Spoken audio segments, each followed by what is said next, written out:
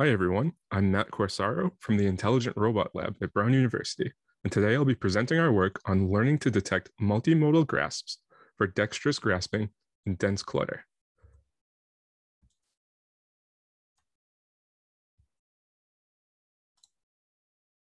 Grasping is one of the most important skills for an intelligent robot. Simple pick-and-place tasks are found throughout industrial and residential environments, and grasping is a prerequisite skill for manipulation tasks, such as opening doors or using tools. Humans can execute different types of grasps. For instance, to stably pick a heavy dumbbell, a human would execute a power grasp by supporting the dumbbell with their palm and wrapping their fingers around the handle. To grasp and use a pencil, a human would execute a precision grasp by holding the pencil between their fingertips. Some robots are also capable of executing different types of grasps. For instance, the Robotique 3-finger adaptive gripper can stably grasp long objects with a wide power grasp, or pick up small objects with a pincher grasp. Intelligent general robots should be capable of deciding which grasp type is best suited to the problem they're presented with. Some existing works leverage grasp type to improve grasp success rate in picking tasks. However, these works either introduce human bias in their training sets, set fingertip placement for fully actuated grippers, evaluate separate classifiers for each grasp type, or rely on a grasp database. None of these existing works are evaluated in dense clutter. We propose a system that predicts an optimal grasp pose and grasp type. The system follows the common two-step framework where a set of grasp candidates is first proposed, then evaluated. In our evaluation step, the probabilities that each of n grasp types would succeed at a given pose are predicted. We train our system with real visual input and labels generated in simulation, eliminating the need for data generation with a real robot. Our system is evaluated on a real robot that clears a pile of densely cluttered objects from a tabletop. In the first stage of our system, a set of possible grasp candidates is proposed using a heuristic. This function is provided with a point cloud containing unsegmented graspable objects. To generate each candidate pose, a point to use as the grasp centroid is sampled from the cloud. The approach direction of the gripper is set anti-parallel to the estimated point normal at the centroid, while the gripper closing direction is set based on the estimated curvature. Additional closing directions can be sampled by rotating the gripper about the approach direction. The algorithm returns a set of poses in SE3. In the second stage of our system, each of the proposed candidates is evaluated. Our neural network is trained to predict the probabilities that a grasp of each type would succeed at a provided grasp pose. The input to this network is a point cloud centered and aligned with a grasp pose frame. The head of our network consists of 4 point conv layers. Point conv is a derivative of the point net network architecture. Both take point clouds as input directly. The series of fully connected layers after the point conv layers output n logit pairs, 1 pair for each grasp type. The softmax of the second logit in each pair corresponds to the probability that the corresponding grasp type would succeed at the given pose. After evaluating all the generated candidates, the grasp pose and type with the highest probability of success would be selected for execution. The network is trained to perform joint binary classification, where the probabilities of n independent binary variables being true are predicted from a single input. This is done with our summed cross-entropy loss function. This function sums the individual type-specific cross-entropy loss functions for each of the n independent grasp type classifiers. Here, YIC is 1 when C is the correct label for grasp type I, for a given example, and 0 otherwise. Z is a matrix containing the network output fed through n independent softmax functions.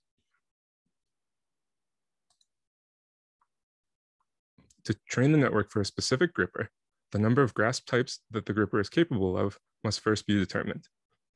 The discrete set of grasp types a gripper is possible of executing depend on many parameters, including the number, type, and positions of fingers and actuators. For instance, the Robotique 3-finger adaptive gripper is capable of executing 5 main types of grasps. Because the gripper is under-actuated, its fingers wrap around objects to form a stable power grasp if the palm is close to an object surface, while precision grasps are formed when the palm is farther from an object and the distal links make contact first. The gripper is also capable of 3 discrete operating modes. 2 fingers are spread apart in wide mode to grasp long objects, parallel to grasp smaller objects, and brought together to grasp small objects precisely and mimic a parallel jaw gripper. As power grasps are not possible in parallel jaw mode, a total of 5 grasp types are available with these 2 parameters. Now that we've defined the 5 grasp types our gripper is capable of, we can generate a data set with which to train our neural network.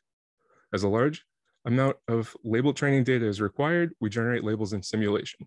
We simulate the Robotique gripper and its 5 grasp types in Drake. Our 20 graspable objects come from the Big Bird object set, which contains partial point clouds and object models of real household objects. For each object, our grasp pose generation algorithm samples a set of possible grasp poses from the point clouds. Each of the 5 grasp types is then attempted on the corresponding object model at each grasp pose. If a grasp of each type is collision-free, the example is added to our dataset along with the point cloud cropped at a grasp pose. The generated dataset contains over 36,000 grasp attempts. After training our network with the simulated dataset, we evaluate the network's performance on a held-out validation set. We compare our architecture, combined, to an inefficient baseline that provides an upper bound on performance, the separate architecture. In the separate architecture, each grasp type classifier is modeled as an individual neural network, and the ensemble of networks contain 5 times as many learnable parameters as our architecture. 2 sets of trials are run. In one, the data sets are split into training and validation sets at random. In the more difficult scenario, the dataset is split by object, ensuring all examples in the validation set come from a set of objects distinct from the training set. Our results show that the average classification accuracy of our system is at most 3% lower than the baseline, while maintaining high precision in F1 scores and reducing the size of the network by 5 times.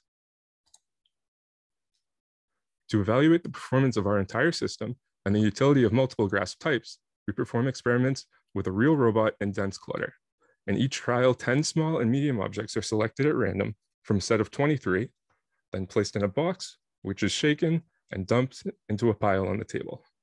Then 3 large objects are selected from a set of 6 and placed upright around the clutter pile. This creates a challenging scenario where multiple types of grasp would be necessary to successfully clear the scene. The robot attempts to pick all objects from the pile and drop them in a box. It stops upon clearing all objects. When the same type of failure occurs on the same object with the same grasp type 3 times in a row, or when the candidate proposal algorithm fails to generate collision-free grasps 3 times in a row. Grasp success rate and overall object removal rate are measured throughout these trials. Our system, capable of executing 5 types of grasps, is compared against 2 baselines that represent related work. One is a system capable of 2 types of grasp, basic and basic precision. The other is capable of 1 grasp type, the parallel jaw pincher grasp. These baseline networks use the same architecture and training dataset, but output fewer logic pairs. Here we show an example of our 5-type system. The robot first moves to 2 fixed poses to capture point clouds of the scene with the depth sensor mounted on its wrist.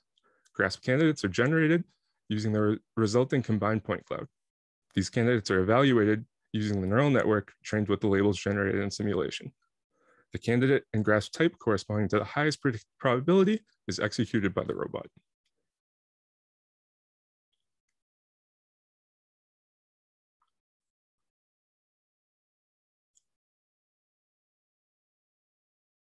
Here, the system fails to grasp the heavy shampoo bottle with a basic precision grasp. It fails again with a wide precision grasp.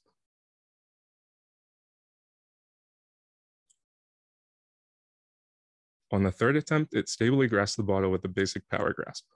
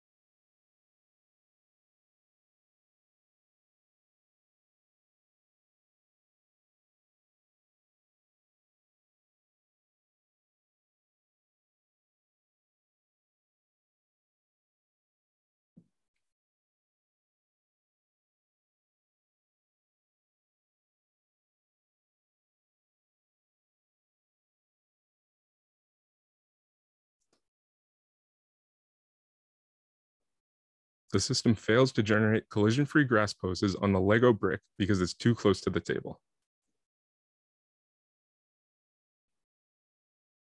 Overall, 11 of 13 grasp attempts were successful and 12 of 13 objects were cleared from the table. Next, a trial with the one-type system is shown. The system can only execute pincher grasps.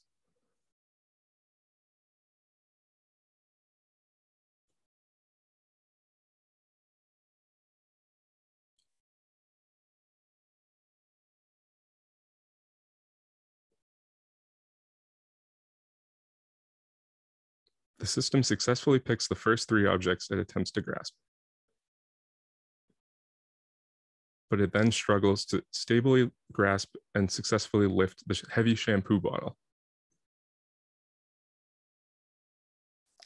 Since 3 attempts fail in a row, the trial ends prematurely, with 3 of 6 grasps being successful and 3 of 13 objects cleared from the scene. The overall results from these experiments are shown here. Each system is tasked with clearing the same 10 subsets of objects from the table.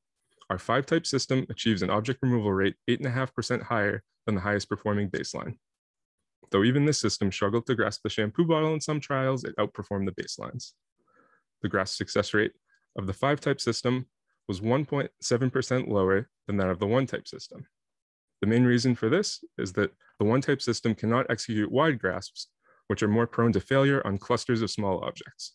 The system have no notion of object boundaries since no segmentation is performed, and the system evaluates complete point clouds of the scene. The 2-type system often failed to grasp small objects because it did not have access to the pincher grasp. It also became stuck in local minima in several trials after repeatedly failing with similar grasp attempts. In conclusion, we've presented a system capable of generating and evaluating multiple types of grasps. Simulated labels are used to train the system, and real robot experiments are executed to evaluate it. We've shown that our system, provided with 5 types of grasps, achieves a higher object removal rate than the baseline ablations that use fewer types of grasps. Please pause the video here to see our references. Thank you for your attention. I look forward to answering your questions during the interactive session.